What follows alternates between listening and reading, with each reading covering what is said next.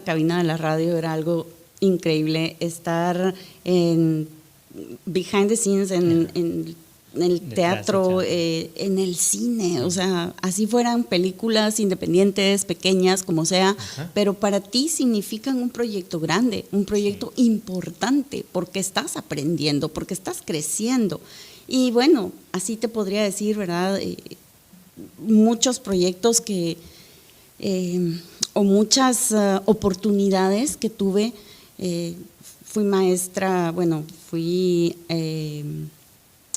no se dice maestra en la universidad, ¿verdad? Pero fui catedrática de fotografía en la Universidad del Valle y eso para mí también fue algo increíble.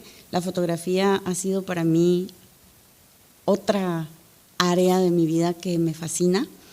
De hecho, tengo un libro de fotografía en donde mezclo la fotografía con la poesía y siempre me veías con una cámara en la mano, siempre, a donde yo iba, yo siempre, bueno, pues ahora ya con el celular ya tenemos, ¿verdad? A veces ya no necesitas la cámara, pero realmente tener esa colección de memorias, esos recuerdos. Yo recuerdo que mis hijos me decían, ay, ya, para de tomar fotos, ¿verdad? Y ahora me llaman, madre, ¿te acuerdas cuando fuimos a tal lado? ¿Tenés las fotos? Y yo, sí. Entonces, eso, para mí la fotografía es eso, es atesorar tus momentos especiales, tus recuerdos. Y por supuesto en la carrera de comunicación, pues estaba el área de fotografía, luego pues me desarrollé un poco más, estudié un poquito más profundo la fotografía, la iluminación, etcétera. Y tuve la oportunidad de ser catedrática en la universidad. Me encantó poder estar con los jóvenes, podernos ir al zoológico, poder hacer sesiones individuales de ellos y poder estar con ellos durante ese proceso de aprendizaje y de exploración de lo que la fotografía podía llegar a significar para ellos. Y hoy muchos de ellos, de quienes yo les di clases, los veo en sus Instagrams que tienen pues sus Instagrams, de pura foto, de fotografías hermosas que han tomado, y les han dado premios, así digo yo. Qué satisfacción, qué bonito. ¿No? Sí, entonces son pequeñas historias, son pequeñas historias que uno tiene la oportunidad de vivir, personas a quienes tenés la oportunidad de conocer, y cada cabeza es un mundo, y en cada persona encontrás demasiado, y en los corazones de la gente también encontrás mucho. Entonces, obviamente, creo que las personas no son como las vemos, sino que son como somos nosotros, porque finalmente todo se retribuye en algún momento. Y yo siempre he creído que estar del lado de la luz es mucho más bonito que estar del lado de la oscuridad, ¿verdad? Todos tenemos luz y sombra. Claro. Esa dualidad siempre va a existir dentro de nosotros, pero también tenemos la decisión, Gerson, de elegir de qué lado queremos estar. Entonces, cuando vos estás del lado de la luz o querés estar, ¿verdad?, de ese lado, muchas veces te van a llegar situaciones difíciles, tormentosas, crisis, momentos en los que querés desaparecer, sí. Pero siempre vas a encontrar esa fuerza en esos recuerdos, en esos momentos en los que te dieron felicidad, porque la felicidad no es para siempre, la felicidad dura pequeños momentitos, pero si los atesoras en tu corazón, te va a durar para siempre. Sí, pues con esa fuerza, con esa valentía, pues saliste de Chiquimula para la capital, que fue un mundo diferente, y después de la capital llegar aquí a Estados Unidos, otro cambio total. ¿Cómo fue ese proceso? ¿Cómo lo viviste? Fíjate que la verdad es que de las últimas cosas que yo quería hacer en el mundo era venir a Estados Unidos, paradójicamente. Pero yo había viajado ya a muchos países. México me encantaba ir, iba mucho por cuestiones del trabajo, fui a presentar una obra de teatro, iba a una casa productora, tenía muchos amigos de casas productoras también allá, y me lo disfrutaba mucho viajar, siempre me gustó. Fui a Colombia, fui a Costa Rica, y a El Salvador, obviamente, pues ahí a la par, ¿no? ¿Quién no? Sí. Y de hecho, hoy me encuentro con una comunidad salvadoreña trabajando de cerca con ellos acá, y siento como que estuviera en mi casa, porque todo lo que hablan lo entiendo, Claro. porque obviamente al ser frontera, ¿verdad? Pero volviendo a tu pregunta, cuando yo llegué, yo venía no con el típico sueño americano, ay, ajá, la voy a ir a hacer allá, no. Nunca fue mi sueño venir a Estados Unidos, nunca deseé salir de mi país. Yo tenía ya, hasta donde me quedé, había construido lo que siempre había querido en cuestión profesional. Sin embargo, mi corazón estaba demasiado roto. Había atravesado situaciones muy difíciles como mujer, como madre, y pues uno de los momentos más difíciles fue cuando tuve que decidir que tenía que alejarme de las personas que más amaba en el mundo, y era casi insoportable saber que estaban cerca y no poder estar ahí. Entonces era mucha tensión, era mucha tristeza, era situaciones muy dolorosas. Y llegó el momento en el que decidí que tenía que poner tierra por medio, pues por lo menos para relajarme un poquito. Ajá.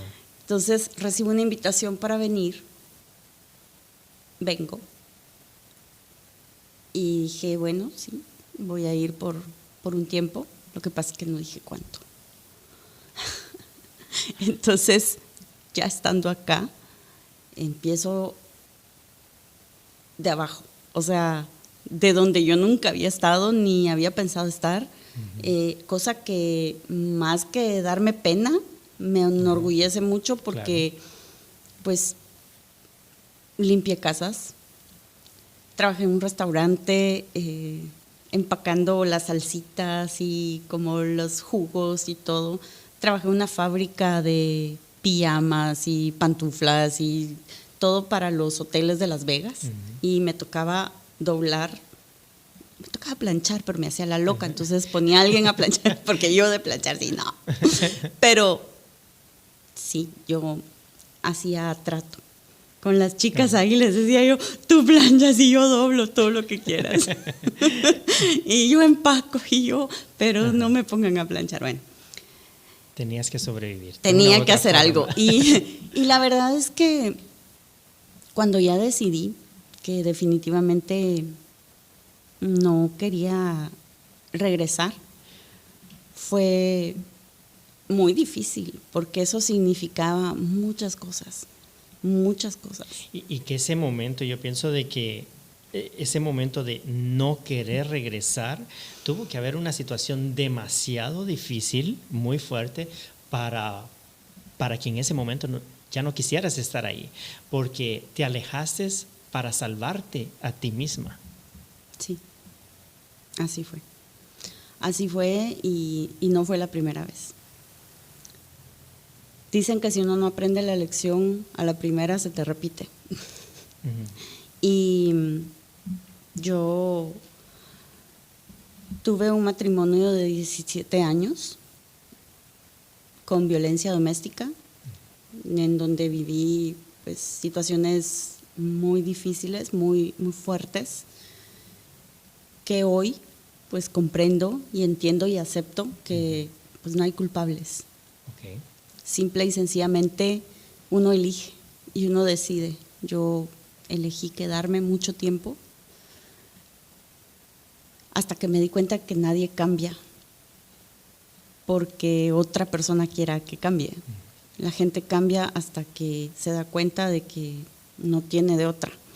Sin embargo, darte cuenta de que no tenés ese poder de cambiar a la persona que más amas en el mundo, y de que estás ahí esperando entender por qué la persona que más amas en el mundo es la que más te hace daño, no es fácil. No es fácil, y tampoco lo podés llegar a entender. Y tienen que pasar cosas muy feas para que uno llegue a tomar la decisión de decir, me voy y me tengo que ir, aunque sea sin mis hijos. Wow. ¿Y cuál fue ese momento en que tú dijiste, ya, hasta aquí? Porque tú decías, volvías y otra vez y esperando, y la espera de que a lo mejor cambia, pero seguías ahí porque amabas. Pero al final de cuentas tuviste que tener ese momento de decir, ya, hasta aquí. Pues me cansé.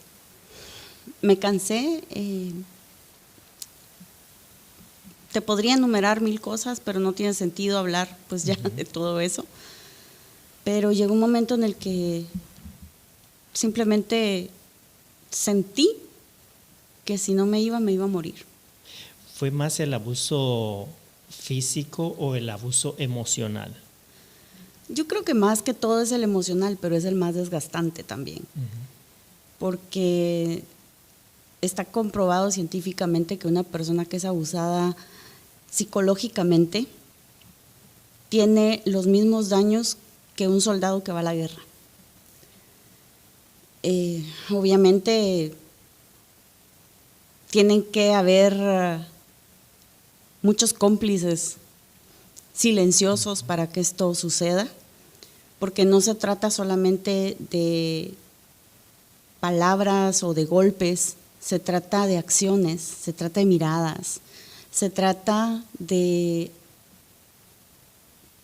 cosas que suceden fuera de tu casa que todo el mundo sabe y que todo el mundo te oculta, y darte cuenta después de que te están viendo a la cara y te pueden sostener una mentira. O sea, es difícil después decir, pero pues yo tampoco fui una santa, o sea, tampoco fue, ¿verdad? No, pero me refiero a que a lo mejor pues yo no era la mujer calladita, sumisa, que fui demasiado, o sea, me aguanté mucho, pero sí, o sea, sí. Llega un momento en el que, mira, yo una vez leí una frase que decía, la sumisión solamente llega por decisión propia y es por un amor verdadero, pero solamente uno puede decidirlo cuando uno, y más que sumisión, yo creo que es como ese momento de complicidad con la pareja en la que veniste, sentás y decís, mira, yo voy a hacer esto, yo voy a hacer aquello, y te pones como ciertas acciones que entre los dos, porque es un equipo al final, claro, ¿no? La pareja es un equipo. Pero tampoco podés estar sosteniendo un puente de un solo lado. Es desgastante. Necesitas los dos lados y necesitas que los dos lados sostengan el mismo peso para que ese puente tenga equilibrio. Y me cansé, Gerson. Entonces decidí que había mucha amenaza, había mucho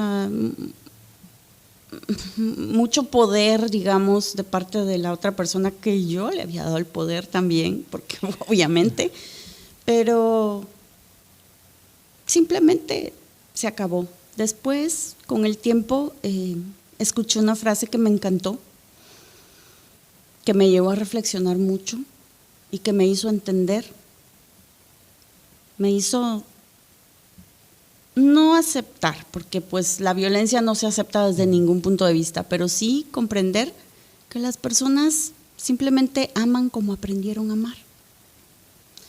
Y no era que este hombre no me amara, sino que simplemente me amaba de la forma que a él le enseñaron a amar. Y yo no estaba, nunca pude adaptarme a esa forma de amar, porque en mi casa jamás vi violencia, jamás vi gritos, jamás vi nada de eso. Y claro, caí en ese círculo porque me tenía que defender de alguna manera, ¿no? Y se convirtió en algo tóxico, que no solamente me hizo daño a mí, le hizo daño también a él, y sobre todo le hizo daño a nuestros hijos. Después de mucho tiempo, pues finalmente creo que he sanado esas heridas. Mis hijos también lo han trabajado mucho. Él, espero que también. Y creo que lo mejor que hicimos fue sacar a nuestros 2 hijos adelante a pesar de ser una familia disfuncional, a pesar de ser unos padres que pues uno viene al mundo a ser papá o mamá y no traes abajo el guión. Sí. No es como venir a hacer una película y a ver qué dice, ¿verdad? Y qué tengo que decir. No, tenés que salir adelante y sacar tus hijos adelante. Gracias a Dios, pues jamás se perdió la comunicación con mis hijos. No fue fácil, pero salimos adelante. Me imagino que sí fue muy difícil, ¿no? Ese momento de despedirte de tus hijos, de dejarlos y hacer el viaje, ¿no? Mira, de mi hija me despedí, pero como te digo, yo no venía a quedarme. Fue más difícil cuando les informé que había decidido quedarme acá. Eso fue un poco más difícil, pero pues ya ellos vivían en otro país, ya no vivían en Guate, ya mi hijo salió de Guatemala desde los 16 años, entonces llegaba constantemente, obviamente pues, viajaba mucho. Mi hija se va también a los 19, cuando yo ya estaba acá, ella se va a estudiar también al extranjero. Entonces, cuando pasó eso dije, no, pues ya no tengo mi mamá, obviamente, ¿verdad? Pero mi mami viene a verme y así. Entonces, ya no tenía como... Sí, ya no había algo que te anclara, o sea, no. Literalmente decir, o sea, tengo que quedarme aquí. Como muchas personas, como muchas mujeres que al final del día dicen, pues quieren tomar esa decisión, pero no pueden por las circunstancias o porque no tienen el valor de hacerlo al final. Y ¿sabes qué, Gerson? Yo me considero una persona libre, una mujer libre. Y por nada voy a decir me tengo que quedar o me tengo que ir. No, simplemente en ese momento yo elegí quedarme porque mi salud mental así me lo pedía. Empecé un proceso psicológico acá, me diagnosticaron con el síndrome de estrés postraumático, entre otras cositas. Recuerdos del campo de batalla. Pero gracias a Dios, creo que he sanado. Claro, la cicatriz siempre está, pero tenemos 2 opciones: seguirnos lamiendo la cicatriz para seguirla abriendo o simplemente dejarla que sane y pues seguir adelante. Y tú dejaste que sanara esas cicatrices y eso lo convertiste también, porque eso es lo bonito, ¿no? de tu historia, que decidiste que esas cicatrices sanaran y esas experiencias del campo de batalla, como tú lo llamas, te han dado la oportunidad también de compartir todas estas experiencias y a través de esto sanar para poder ayudar a otras personas a sanar también en tu camino como comunicador también, que estas plataformas también nos ayudan y te han ayudado a poder expandirte y poder inspirar y motivar a otras personas, como conferencista también. Entonces, todo esto te ha llevado a lugares donde has podido compartir con mujeres y creo de que esto también las ha motivado e inspirado a ellas a salir adelante. Sí, totalmente. Fíjate que en Guate tuve la oportunidad de empezar con un grupo de mujeres que lo bauticé como Mujeres con H en aquel tiempo, 2014, por ahí. Y pues yo quería hacer mucho, tenía el acercamiento con los medios de comunicación, hacíamos conferencias, estuve haciendo conferencias para la Secretaría de la Presidencia, con mujeres comadronas, con mujeres del área rural, que necesitan mucho más apoyo a veces, ¿verdad? Y sin embargo, te digo, el hecho de que estés en la capital o en cualquier lugar donde estés, incluso aquí en Los Ángeles, no significa que no puedas ser víctima de violencia doméstica, porque hay casos en todo el mundo y siguen habiendo casos de femicidio, de golpes, de situaciones que pues no deberían ya de existir y sin embargo se siguen dando aquí en Guatemala y en cualquier otro lugar del mundo.